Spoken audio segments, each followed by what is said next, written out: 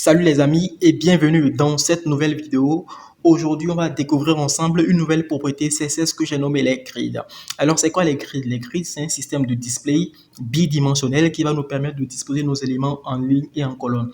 Contrairement au système de Flexbox qui va nous permettre ici de disposer nos éléments soit en ligne, soit en colonne. Voilà, tout cela, tous ces systèmes-là fonctionnent via un conteneur.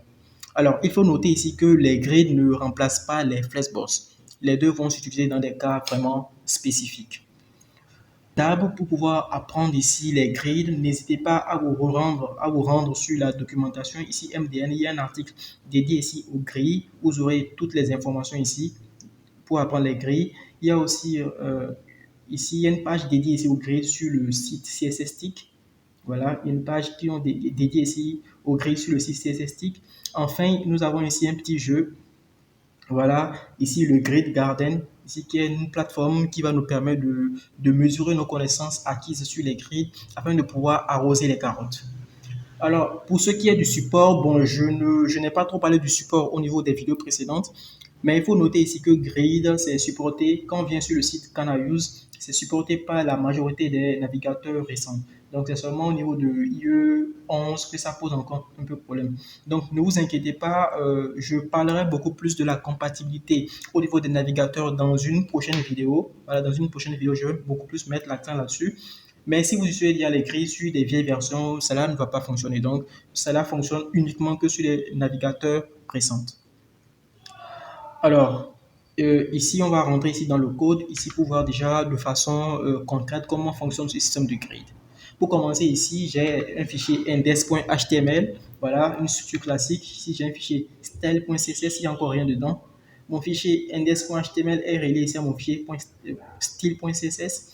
Maintenant que toutes les configurations ont été faites, on va essayer de comprendre un peu de façon basique comment déjà fonctionne ce système. Puis après, faire quelques exemples pour pouvoir illustrer un peu dans un cas pratique comment cela fonctionne. Alors ici, pour commencer, je vais créer ici une div que je vais nommer ici grid, voilà. Et à l'intérieur de cette div, j'aurai 6 divs. Et ici, j'aurai des lorem 5. Là. Donc, je vais ici utiliser Live Server pour démarrer au fait ici mon projet. Donc voilà. Donc je vais me rendre dans mon fichier CSS. Ici, je vais utiliser ici sur tous mes éléments un box-sizing à border box. Et ici, je vais appliquer à ma grille ici un display grid. Alors, contrairement au Flexbox, voilà, lorsqu'on mettra display grid sur notre conteneur, rien ne va se passer. Comme je le disais ici, le système de grille va nous permettre de positionner nos éléments voilà, en ligne et en colonne. Donc ici, en mettant display grid, on peut définir voilà, le nombre de lignes et le nombre de colonnes qu'on souhaite. Le nombre de lignes et le nombre de colonnes qu'on veut que notre grille contienne en fait. Donc ici, on va pouvoir définir ici le nombre de lignes en utilisant ici la propriété grid-template-columns pour définir ici le nombre de lignes, le nombre de colonnes. Ici, le grid-template-rows pour définir ici le nombre de lignes. Donc ici, je pourrais par exemple avoir 3 lignes de 200 pixels. Donc je mettrai ici 200 pixels. Je pourrais ici mélanger les unités de mesure 20%. Et ici, par exemple, 400 pixels pour la troisième colonne. Donc ici, j'ai une grid qui a 3 colonnes. Une première colonne aura une largeur de 200 pixels. Une deuxième colonne aura ici une largeur de 20%. Une troisième colonne ici aura une largeur aussi de 400 pixels. Maintenant, ici, le grid template row va ici définir ici le nombre de lignes. Donc ici, la première ligne, je voudrais que la première ligne ait au fait ici une hauteur de 200 pixels. Ici, 500 et puis 100. Voilà, lorsque je vais faire ceci, tac, on aura ici, lorsque je vais sortir mon inspecteur, on aura ici tout simplement une grille. Hop, j'ai mis ici le système là par défaut. Je vais remettre ça comme ça. Voilà. Donc, lorsqu'on viendra ici, lorsque je vais activer les grilles ici, on aura ici un effet visuel des grilles. Donc, ici, on aura 3 grilles et ici, on aura 3 colonnes. On a 3 colonnes, première colonne, deuxième colonne, troisième colonne, chacune avec les proportions que je les ai données. Et puis ici, on aura 3 lignes. On aura ici 3 lignes, je crois. Voilà, on aura ici 3 lignes. Parfait. Donc ici, je vais essayer de mettre ici une bordure à mes éléments pour mieux s'y retrouver facilement. Voilà, ici, je vais mettre ici, tac, div. Je vais mettre ici une border ici de 1 pixel, solide, black. Voilà, voilà, pour mieux s'y retrouver visuellement, quoi. Donc, en plus de ça, je vais mettre ici, ici par exemple 20%, 60% et ici 20%. Généralement, on n'aura pas trop à manipuler au fait ici les lignes, mais bon, mais sachez quand même que c'est là pour des cas spécifiques. Pour des cas spécifiques, il peut arriver qu'on les utilise, mais de façon générale, on va laisser les lignes par défaut. Voilà. Hop, voilà. Donc voilà, déjà ici, lorsque je vais réactualiser la page, on aura ici trois colonnes, voilà, qui vont faire en fait trois colonnes, une colonne de 20%, 60% et puis 20%. Donc ça fait la totalité de l'écran en fait. Donc en plus de ça, il y a une autre propriété qu'on peut utiliser pour pouvoir séparer voilà, les grilles, pour pouvoir séparer ici les éléments entre, pour pouvoir mettre de l'espacement entre les éléments. Donc ici c'est la propriété gap-colonne. Gap- c'est colonne gap. Ici, avec le colonne gap, ici, on va pouvoir définir une colonne, on va pouvoir définir ici des espacements, un espace entre les colonnes. Donc, lorsque je vais définir ici 20 pixels, donc ici, vous allez constater que entre mes colonnes, ici, on aura un espacement de 20 pixels. Je peux aussi faire la même chose ici pour le row-gap. Si je mets aussi 20 pixels, donc entre mes lignes, on aura ici un espacement de voilà, entre mes lignes, on a un espacement de 20 pixels.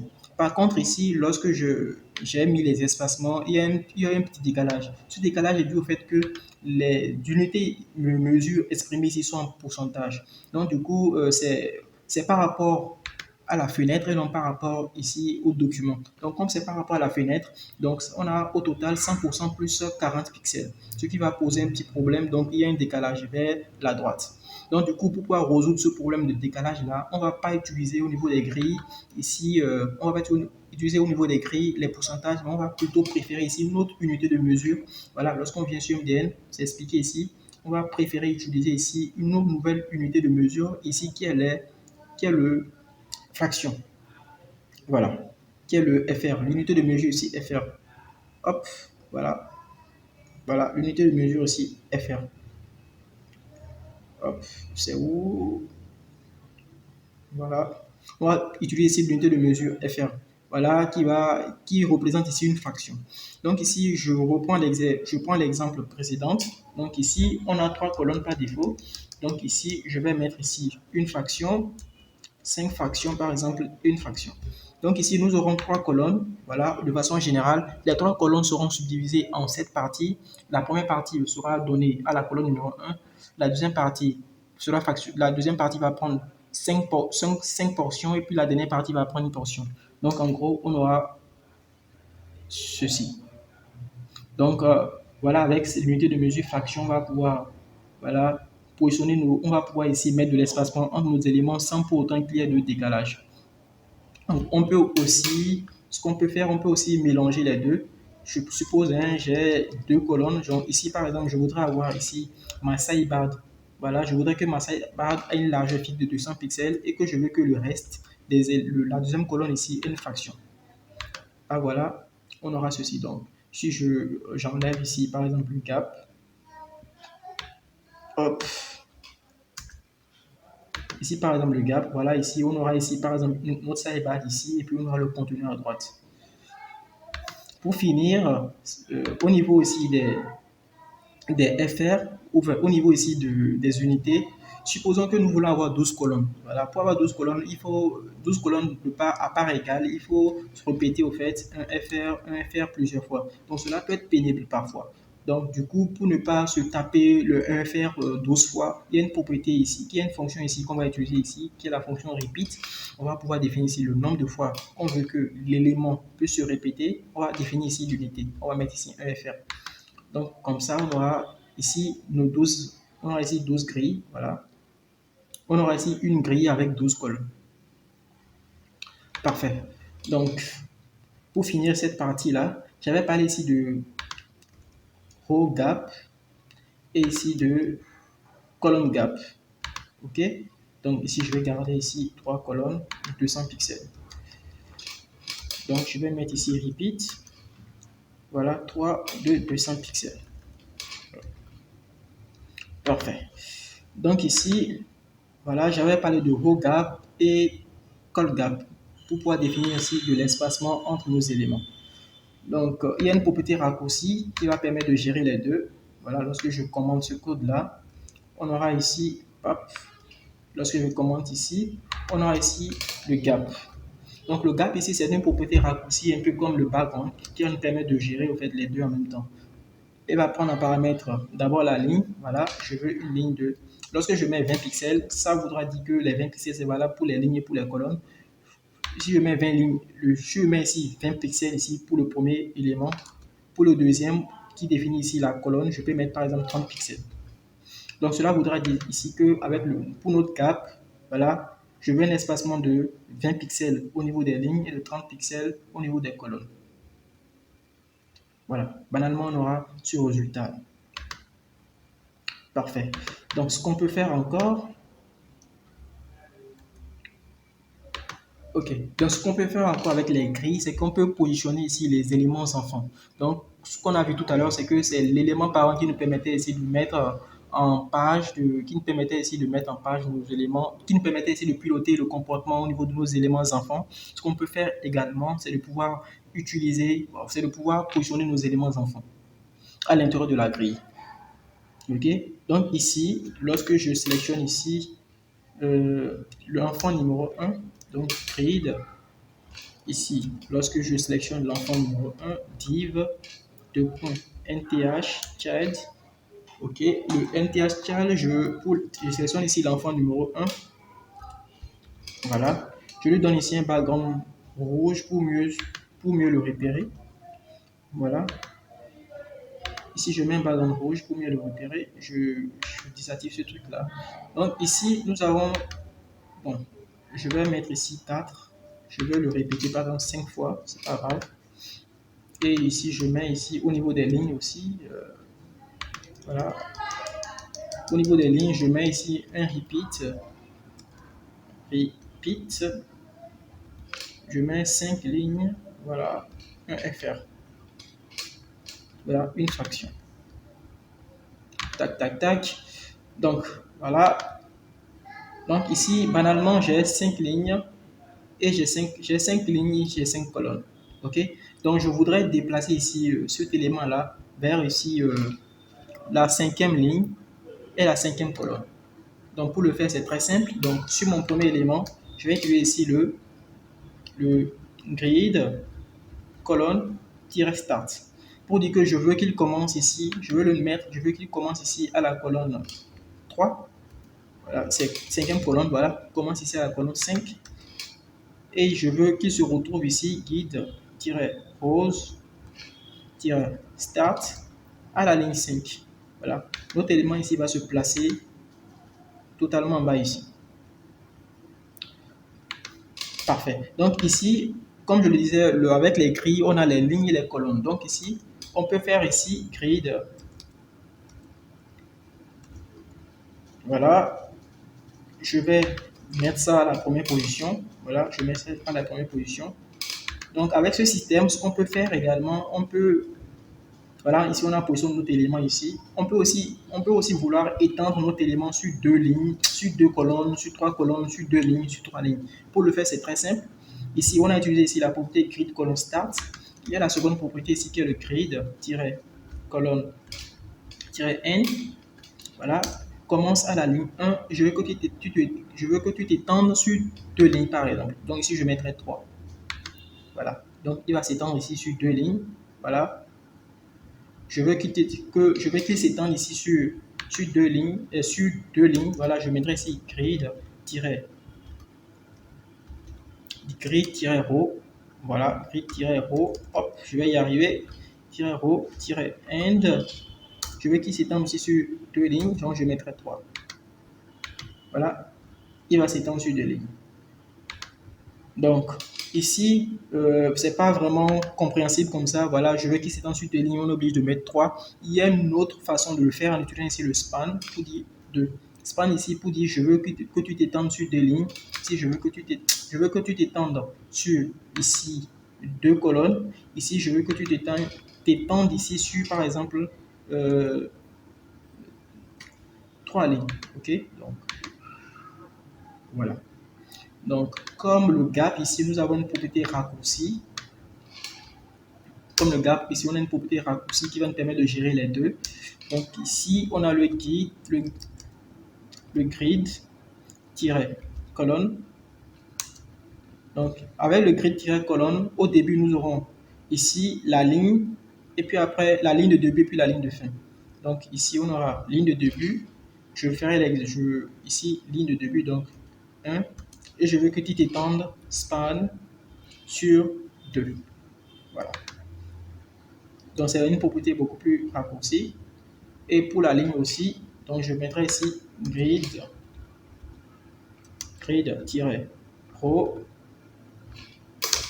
Je mettrai ici, je veux que tu commences à partir de la ligne 1.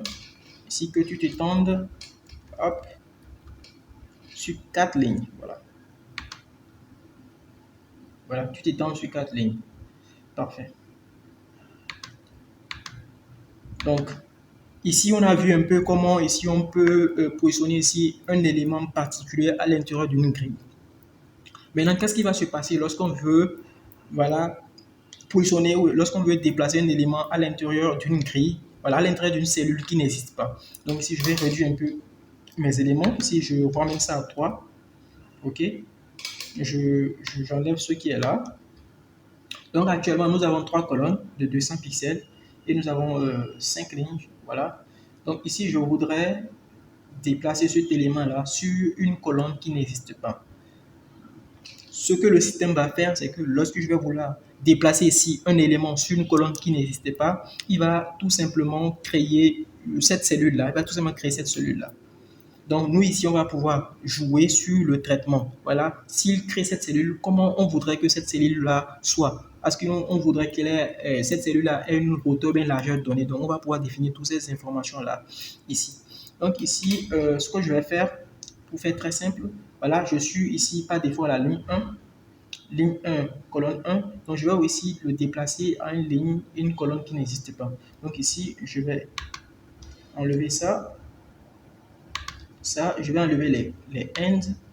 On n'en a pas besoin. Ici aussi, les ends, on n'en a pas besoin. Hop. Donc, je vais ici le déplacer sur la colonne numéro 6, par exemple. Et sur la ligne numéro... il y a une ligne sur la ligne numéro 7. Voilà. Cette ligne n'est pas censée exister. Donc, comme je le disais, automatiquement ici, il va créer en fait cette cellule-là et lui attribuer tout l'espace disponible. Donc ici, nous, on va pouvoir jouer sur ce traitement automatique-là en mettant ici grid-auto-colonne. Donc je veux que tous les éléments qui seront créés automatiquement, voilà, je voudrais que ces éléments-là aient une hauteur, une largeur de 500 pixels par exemple. Donc je peux définir cela manuellement ici. Donc comme ça ici, nous aurons ici une largeur de 500 pixels. Ou bien je voudrais que tous les éléments que je crée manuellement aient une largeur ici de 50 pixels. Si ça soit beaucoup plus petite, ici 50 pixels. Et valable ici pour les lignes. Donc ici grid-auto-pro. Ici, je mettrai ici par exemple 100 pixels. Donc par défaut, ce qui est fait, c'est que lorsque l'élément est créé automatiquement, il lui attribue un FR. Okay? Un FR, c'est-à-dire il prend tout l'espace qui est disponible en fait. Voilà. Parfait. Donc ce qu'on peut faire également ici, c'est de voir un peu comment notre grille se remplit. Par défaut ici, nos éléments sont remplis, voilà, je monte un peu. Par défaut ici, nos éléments sont remplis en colonne, en ligne. Voilà, les éléments sont remplis en ligne, ainsi de suite. Donc ici, par exemple, lorsque cette grille lorsque je vais remplir cette grille-là, les informations vont se mettre comme ceci, comme ça, vont se remplir en ligne. Donc, nous, on peut changer ce comportement-là en mettant, par exemple, en voulant on peut changer ces informations, on peut changer ce comportement-là. Là, on peut définir, voilà, on peut définir un remplissage par ligne, un remplissage par colonne et non par ligne. Donc ici, ce qu'on peut faire, je vais ici enlever ce qui est là. Je vais juste garder ça. OK. Je peux garder par exemple ici, je vais garder ici par exemple 12 lignes. OK. Ici, je vais garder aussi 12.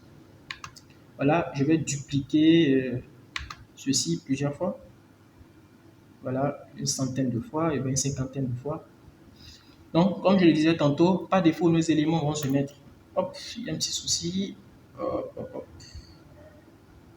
Il y a un petit souci de décalage. Je pense que je peux enlever ceci. Voilà, pour ne pas qu'il y ait un décalage.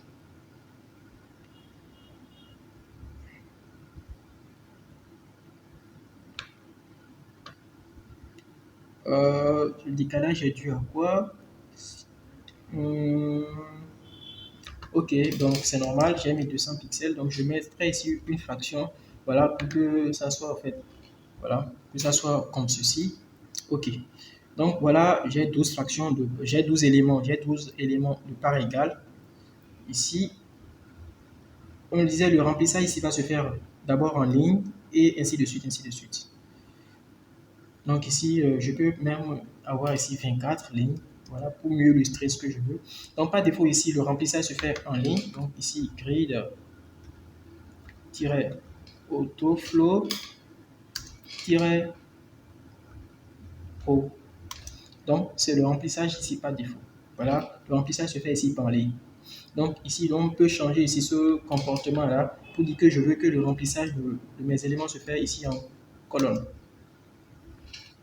Voilà, vous voyez ici, le remplissage d'abord va se faire en colonne parce qu'on a plusieurs colonnes. Ici, le remplissage ici va se faire en ligne, en colonne. Excusez-moi, la tautologie parfois ça prête un peu à confusion. Donc ici, le remplissage ici va se faire en colonne, ok.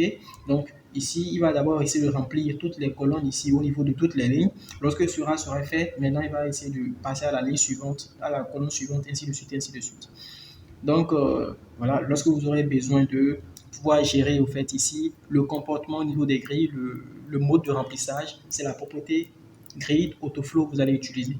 Donc par défaut, c'est le raw pour dire que le remplissage se fait ici en ligne et vous pouvez changer ce comportement pour mettre ici colonne pour que le remplissage ici se fasse ici par colonne. Donc le dernier point ici que j'aimerais aborder, c'est par rapport ici, je vais diminuer ici un peu. Je mets ici par exemple 3. Je vais mettre ici 500 pixels. 500 pixels. Voilà. L'avant-dernier point ici que j'aimerais aborder. Tac, tac, tac. Ici, je mets 3 lignes également de 200. Voilà, 200. Je pense que ça devrait aller pour l'exemple. Ok, donc j'ai 3 éléments. Ici, 200, 500 c'est trop. Je pourrais mettre ici 200. Voilà. Donc 200, 200. Hop, il faut réduire maintenant ici. Voilà, revenir ici à l'état initial parce qu'on a déjà assez d'éléments. Tac, tac, tac, tac, tac. Hop, hop, hop, hop, hop. Ok. Je dois actualiser la page parce que pour mettre à jour les informations. Ah, je pense que j'en avais énormément. Ouf. Donc ici, je vais supprimer. Je vais juste garder quelques-unes des informations. Voilà. Hop, ici j'ai ouvert le navigateur. Je vais fermer ça. Je n'en ai pas besoin. Hop. Ok. Donc ici, voilà, le remplissage ici se fait en colonne. Je vais enlever ça. Voilà, je vais commenter ça. Ok. Ici, le remplissage ici par défaut, c'est en ligne. Donc ici, je disais que ok, à présent, on va voir ici comment on peut positionner nos éléments à l'intérieur d'une cellule. Donc ici, nous avons ici une cellule. Donc, on va essayer de voir ici comment on peut sélectionner nos éléments ici à l'intérieur de cette cellule-là. Donc ici, nous avons deux propriétés. Ici, nous avons le align-self qui va ici permettre d'aligner nos éléments sur l'axe vertical Et ici, nous avons le justify-self qui va ici nous permettre d'aligner les éléments sur l'axe horizontal. Donc ici, avec le align self, elle prend par défaut la valeur stretch. Ici, la valeur stretch. Donc, elle peut aussi prendre ici la valeur start. Voilà, la valeur start. Donc ici, notre élément va se placer totalement en haut. Avec la valeur end, vous devinez déjà, hein, l'élément ici va se placer totalement en bas. Ici, avec la valeur ici, hop, center, notre élément va se placer sur l'axe horizontal, va se placer ici au centre de notre cellule. Donc ici, nous avons aussi, je peux ici agrandir un peu ceci, voilà, en mettant 500 pixels, en utilisant ici le justify self. Lorsque je mettrai ici par exemple start, par défaut c'est la valeur stretch, comme pour le align. Voilà, l'élément va se trouver ici au début par rapport à l'axe horizontal. Lorsque je mettrai ici le end, voilà, notre élément va se trouver totalement à la fin. Et si je mets ici le center, l'élément ici va se mettre au centre. Donc ici, pour pouvoir centrer les éléments à l'intérieur d'une cellule, horizontalement comme verticalement, il faut utiliser ici la propriété align self center et puis justify self center. Là, comme ça, notre élément sera centré à l'intérieur de la cellule, à l'intérieur de la colonne si vous préférez. Donc, si pour finir cette partie théorique là, on va ici voir ensemble une dernière propriété ici qui est le grid template area. Ok, donc avant de pouvoir faire cette dernière partie là, on va essayer de faire un petit exercice et puis après utiliser la propriété, utiliser au fait le grid template area pour voir un peu comment on peut faire cela beaucoup plus simplement. Donc je ne voudrais pas que cette vidéo soit très très longue, je ne voudrais pas faire deux parties non plus, donc on va essayer de condenser toute cette partie là dans un seul exercice. Donc ici je vais supprimer tout ce qui est là, donc je vais enlever tout ce qui est ici. Donc je peux garder le grid, hein, ça ne gêne pas. Donc ici je vais créer ici un header, header. Je mettrai ici mon header. Je vais mettre ici, créer ici une div ici que je vais nommer classe. Bon, puisque là, je vais mettre créer ici une section, c'est mieux. Une section, ou bien un main. Bon, une section, c'est mieux. Hop. Bon, je mets ici un main, point main. Voilà la partie principale. La partie principale, hop, je vais y arriver. Une partie, on dit non, donc je mets ceci. Je vais mettre ici, créer une classe, une balise ici, aside, et je vais nommer ici classe-sidebar. Je mettrai ici ma sidebar, et ici une dernière partie ici, footer, voilà, footer, je mettrai hop, classe footer, et je mettrai ici mon footer, Donc en gros, nous aurons ceci, on a le block sizing, on a ici la grid, ok. Donc voilà en gros ce que nous avons. Mon header, ma partie principale, ma sidebar et puis mon footer. Donc ici nous aurons ici une grid. Voilà, grid. Ici on va essayer de voir un peu déjà comment tout ce qu'on a appris déjà dans tout ce qu'on a appris précédemment, on va essayer déjà de mettre ça en pratique à travers ce petit exercice là. Puis après utiliser la solution grid template area pour pouvoir avoir une meilleure façon de faire ça. Donc ici je vais mettre ici display grid, voilà, pour pouvoir activer mes grids. Donc ici, sur mon premier élément, sur mon header, je vais mettre ici une couleur de fond, background color, je mets une couleur de fond, par exemple aquarine, je choisis n'importe quoi. Sur mon body, voilà, sur mon body, tac, tac, tac. Ici, je choisis ici le background color, ici le head, pourquoi pas. Et sur ici ma sidebar, je choisis ici un background color, ici blue, par exemple. Blue. Voilà, je choisis ici des couleurs classiques. Hein. Hop, couleur classique. Et puis ici sur mon footer, pour mon footer ici, je choisis hop, un background purple, par exemple, un background color ici, purple. Purple. Et ici, je n'ai pas besoin de mettre une bordure puisque j'aurai ici le background qui va permettre ici de séparer mes éléments. La partie principale, le main, ok, sur le main aussi, c'était plutôt le main hein, et non body. Voilà. Voilà, je crois. OK.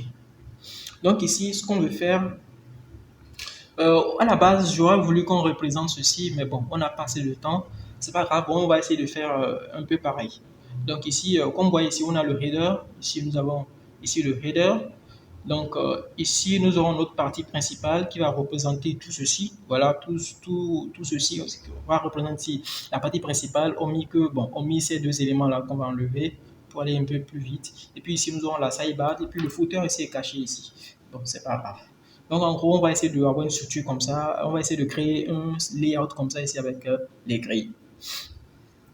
Ok, donc ici, pour faire cela, je vais définir ici au niveau de ma grille les lignes et les colonnes. Donc ici, si on observe bien sur le schéma, on a ici une ligne. Ici, puisque tout ceci sera fusionné ensemble, ici va construire, puisque tous ces éléments seront fusionnés ensemble, donc ici on aura deux lignes et puis une dernière ligne ici pour le footer. Donc ici on aura trois lignes et puis deux colonnes. Donc une colonne ici pour la sidebar, une autre colonne ici pour le main content au fait. Donc ici dans le grid, on va mettre ici grid, hop, grid-template-colonne. Donc ici j'aurai trois colonnes, j'aurai deux colonnes, pardon. Voilà la première colonne, un FR. Bon, je peux utiliser repeat, hein. Bon, c'est pas grave. Un FR, un FR. OK. Donc, et je veux trois lignes.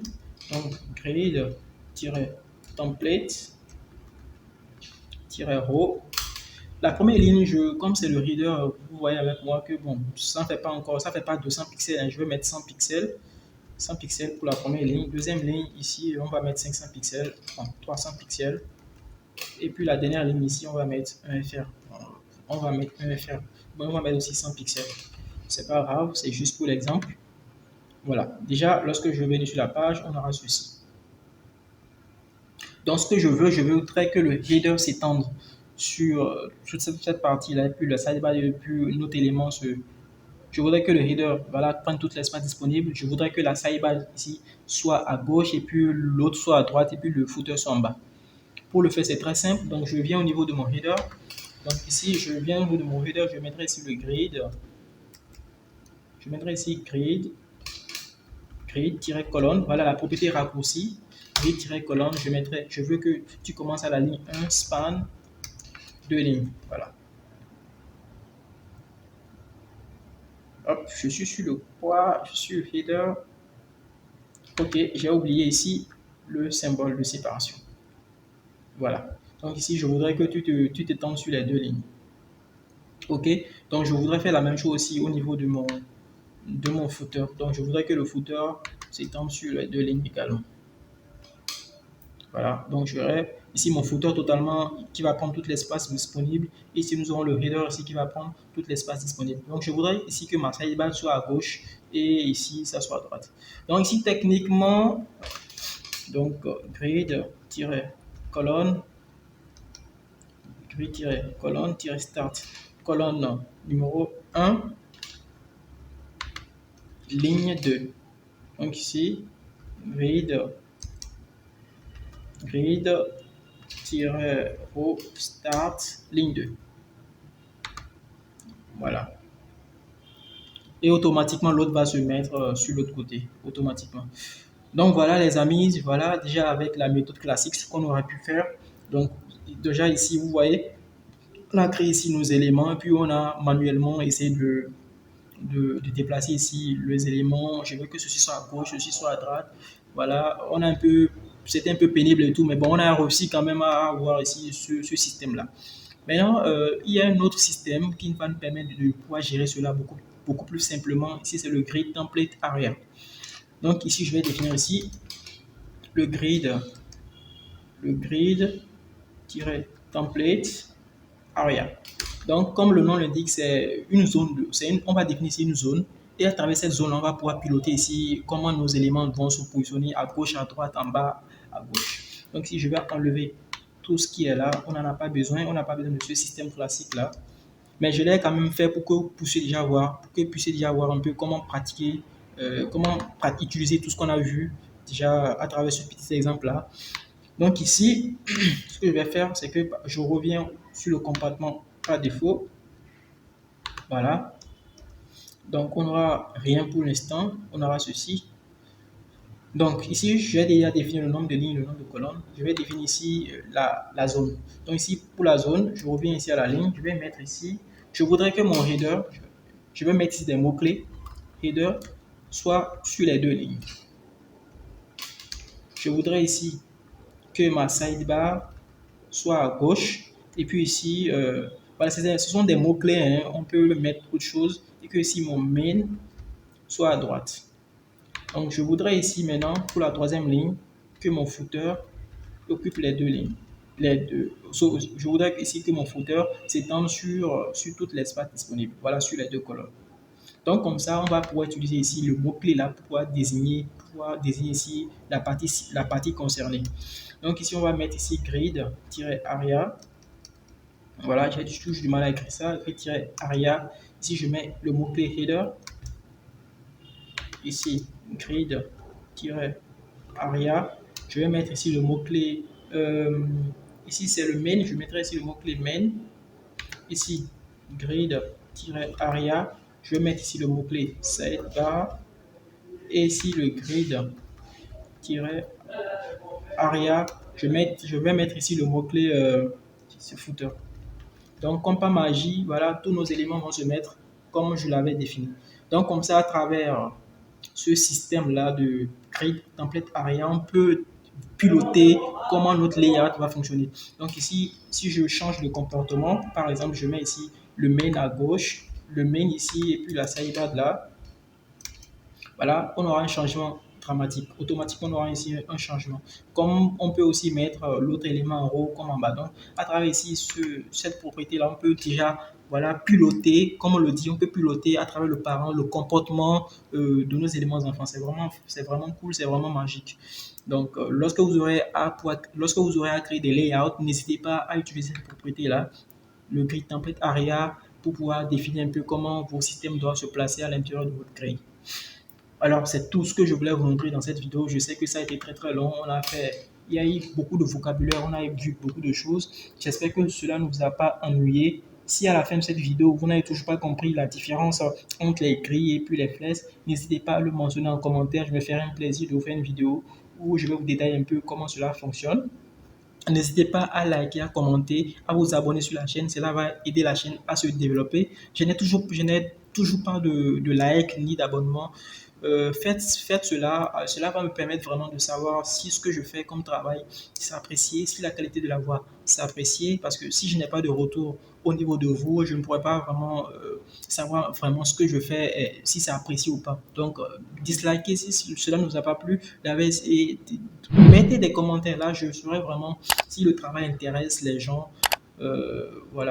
Donc, likez, abonnez-vous, lâchez des commentaires. Cela va vraiment aider la chaîne à se développer. Et partagez aussi la vidéo à vos amis, à des personnes qui débutent en HTML, CSS, qui voudraient voilà, créer des pages web et ne savent pas vraiment comment faire.